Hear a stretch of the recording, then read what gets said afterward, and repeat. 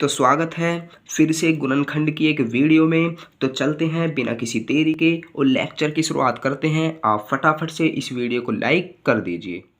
Students, आपके सामने पहला सवाल है, तो करते हैं इस सवाल को। स्टूडेंट्स, हम इसको एक पद मान लेंगे और इसे भी एक पद मान लेंगे। तो स्टूडेंट्स, इन दोनों पदों में इधर भी a-5b का होल स्क्वायर है और इधर भी a-5b का होल स्क्वायर है। तो a-5b का होल स्क्वायर हो जाएगा कॉमन। तो स्टूडेंट्स, a-5b का होल स्क्वायर कॉमन हो जाएगा। अब हम a-5b का होल स्क्वायर से इस पूरे पद में भी भाग लगाएंगे और इस पूरे पद में भी भाग लगाएंगे। मैं आपको समझा देता हूँ स्टूडेंट्स।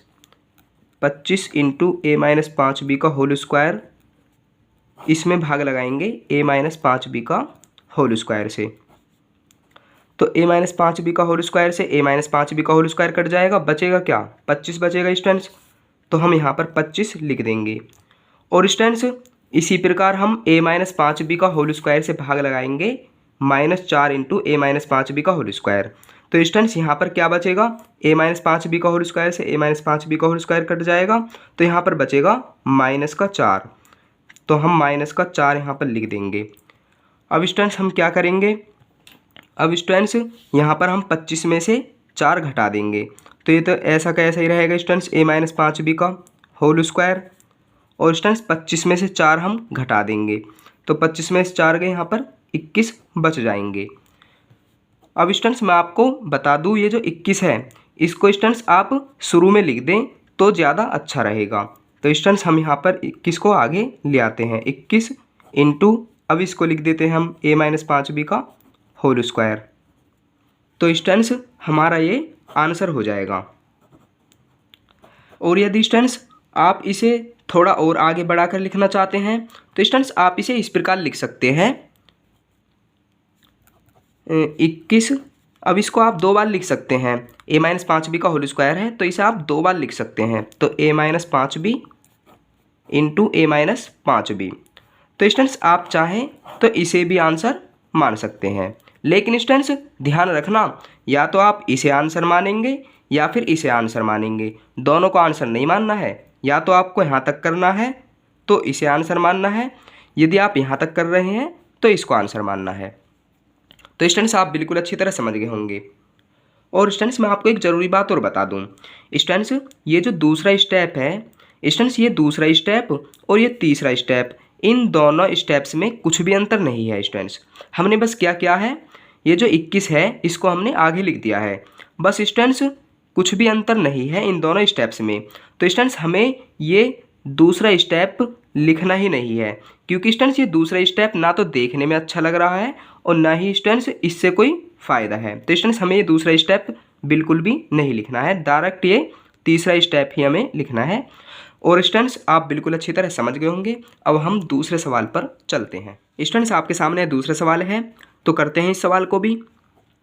स्टूडेंट्स, यहाँ पर x-4 है और इधर भी x-4 है।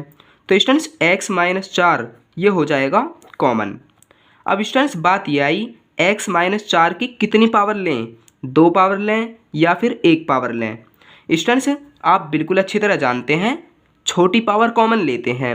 अब स्टूडेंट्स, यहाँ पर 2 है और यहाँ पर 1 है। तो स्टूडेंट्स, 2 और 1 में छोटी पावर 1 है, तो स्टूडेंट्स हम 1 ही कॉमन लेंगे। और आप बिल्कुल अच्छी तरह जानते हैं 1 लिखने की यहाँ पर कोई ज़रूरत नहीं है। तो स्टूडेंट्स, यहाँ पर x-4 ही कॉमन हो जाएगा। अब स्टूडेंट्स, हम भाग लगाएंगे x-4 से x-4 का होल स्क्वायर, इसमें भाग लगाएंगे। मैं आपको समझा देता हूँ। x-4 का होल स्क्वायर में भाग लगाएंगे किससे स्टूडेंट्स? x-4 से। तो x-4 से भाग लगा देते हैं। अब स्टूडेंट्स, यहाँ पर x-4 से ये 1 पावर, यहाँ पर x-4 की 1 पावर कम हो जाएगी। तो स्टूडेंट्स, यहाँ पर बचेगा क्या? स्टूडेंट्स, यहाँ पर बच जाएगा x-4। स्टूडेंट्स, आप बिल्कुल अच्छी तरह समझ गए होंगे। स्टूडेंट्स, और मैं आपको अच्छे से समझा देता हूँ। यहाँ पर x-4 का होल स्क्वायर है, तो स्टूडेंट्स x-4 का होल स्क्वायर, इसको आप 2 बार लिख सकते हैं स्टूडेंट्स, x-4 इंटू x-4। और भाग किससे लगाना है? x-4 से। तो x-4 से भाग लगाना है, तो यहाँ पर x-4 से एक x-4 कट जाएगा, तो बचेगा क्या? x-4 ही तो बचेगा स्टूडेंट्स। x-4 ही यहाँ पर बच रहा है। तो स्टूडेंट्स, यहाँ पर हम x माइनस 4 लिख देंगे। स्टूडेंट्स यहाँ पर हमने x माइनस 4 से भाग लगाया है x माइनस 4 का होल स्क्वायर में, तो बचा क्या है, x माइनस 4 ही तो बचा है। आप यहाँ पर देख पा रहे हैं, मैंने आपको दो तरीके से बता दिया है। तो x माइनस 4 लिख देंगे। अब स्टूडेंट्स हम x माइनस 4 से भाग लगाएंगे इस पूरे में, तो स्टूडेंट्स यहाँ पर प्लस है तो प्लस लिखेंगे। अब स्टूडेंट्स x माइनस 4 से हम भाग लगाएंगे 9 इंटू एक्स माइनस 4 में, तो स्टूडेंट्स हम 9 इंटू एक्स माइनस 4 में भाग लगाएंगे x माइनस 4 से। तो स्टूडेंट्स x माइनस 4 से x माइनस 4 कट जाएगा, क्या बचेगा 9। तो स्टूडेंट्स हम यहाँ पर 9 लिख देंगे। अब स्टूडेंट्स यहाँ पर हम देखते हैं, स्टूडेंट्स यहाँ पर 9 में से 4 घट जाएगा, x माइनस 4 ये तो ऐसा कैसा ही रहेगा। और स्टूडेंट्स x की जगह x ही लिख देंगे, 9 में से 4 गए, यहाँ पर प्लस का 5 बच जाएगा। तो स्टूडेंट्स हमारे यहाँ पर गुणनखंड हो चुके हैं। स्टूडेंट्स आप बिल्कुल अच्छी तरह समझ गए होंगे। अब हम तीसरे सवाल पर चलते हैं। स्टूडेंट्स हम इस सवाल में ए स्क्वायर माइनस बी स्क्वायर वाला फॉर्मूला लगाएंगे।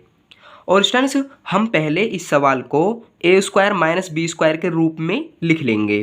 कैसे देख लीजिए, 4 का वर्गमूल होता है 2, ए स्क्वायर की जगह ए लिखेंगे और यहाँ पर हम इसको स्क्वायर के रूप में लिख देंगे। माइनस है तो माइनस लगाएंगे।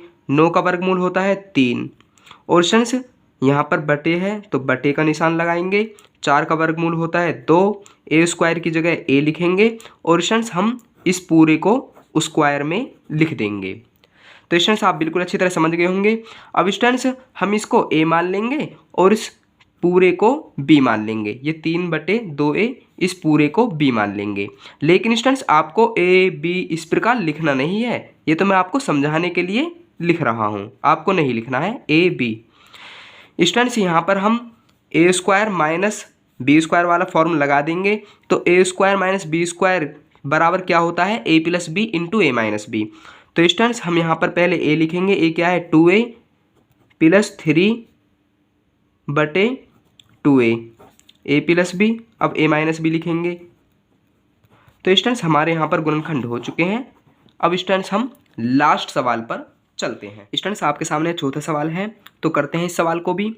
स्टूडेंट्स हम इस सवाल में डायरेक्ट ए स्क्वायर माइनस बी स्क्वायर वाला फॉर्मूला नहीं लगा सकते हैं, क्योंकि स्टूडेंट्स हम इस सवाल को ए स्क्वायर माइनस बी स्क्वायर के रूप में नहीं लिख सकते हैं।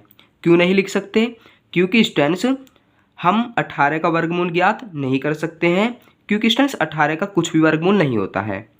और स्टूडेंट 2 का वर्गमूल भी नहीं होता है। स्टूडेंट क्यों नहीं होता है 18 का वर्गमूल, 2 का वर्गमूल। स्टूडेंट्स यहाँ पर आप देख भी सकते हैं, वर्गमूल ज्ञात करने की मैंने 2 विधियाँ बताई हैं आपको, गुणनखंड विधि और भाग विधि। स्टूडेंट्स चलो हम एक बार ट्राई कर लेते हैं, 18 का वर्गमूल ज्ञात करते हैं गुणनखंड विधि से। एक बार देख लेते हैं। वैसे तो 18 का वर्गमूल नहीं होता है। स्टूडेंट्स यहाँ पर 3 का जोड़ा बन गया है, लेकिन 2 का जोड़ा नहीं बन रहा है। इसका मतलब ये है कि 18 का वर्गमूल ज्ञात हम नहीं कर सकते हैं, 18 का वर्गमूल नहीं होता है। स्टूडेंट्स मैं आपको बता दूं, हम स्टूडेंट्स हर संख्या का वर्गमूल ज्ञात नहीं कर सकते हैं। स्टूडेंट्स हम कुछ ही संख्या का वर्गमूल ज्ञात कर सकते हैं, और वर्गमूल ज्ञात करने की 2 विधियां बताई हैं, या तो आप भाग विधि से वर्गमूल ज्ञात कर लो या गुणनखंड विधि से। लेकिन हर संख्या का वर्गमूल ज्ञात नहीं कर सकते हैं। जैसे हम यहाँ पर 18 का वर्गमूल ज्ञात नहीं कर पा रहे हैं, और 2 का वर्गमूल भी ज्ञात हम नहीं कर सकते हैं। तो स्टूडेंट्स अब हम यहाँ पर करेंगे क्या, स्टूडेंट्स यहाँ पर ए स्क्वायर माइनस बी स्क्वायर वाला फॉर्मूला तो लग रहा नहीं है, यानी कि स्टूडेंट्स हम इसे सूत्र विधि से तो नहीं कर सकते हैं। स्टूडेंट्स क्या स्टूडेंट्स और विधि नहीं है, स्टूडेंट्स हम इसे कॉमन विधि से कर सकते हैं, क्योंकि स्टूडेंट्स 18 और 2 में कॉमन है, 18 और 2 में कॉमन 2 है। तो स्टूडेंट्स हम यहाँ पर 2 कॉमन ले लेंगे, तो स्टूडेंट्स हम यहाँ पर 2 लिख लेंगे। अब स्टूडेंट्स भाग लगाएंगे, 2 से 18 में भाग लगाएंगे, 2 × 18 होता है, 9 लिख देंगे। इसके बटे में एक्स स्क्वायर है तो एक्स स्क्वायर लिखेंगे, माइनस है तो माइनस, 2 से यहाँ पर 2 कट जाएगा, तो क्या आ जाएगा यहाँ पर एक्स स्क्वायर। इसके बटे में 9 है तो 9 लिख देंगे। अब स्टूडेंट्स हम इसको, ये जो पूरा है स्टूडेंट्स कोष्टक के अंदर, इसको हम ए स्क्वायर माइनस बी स्क्वायर के रूप में लिख सकते हैं। कैसे देख लीजिए, 2 की जगह तो हम 2 ही लिख देंगे।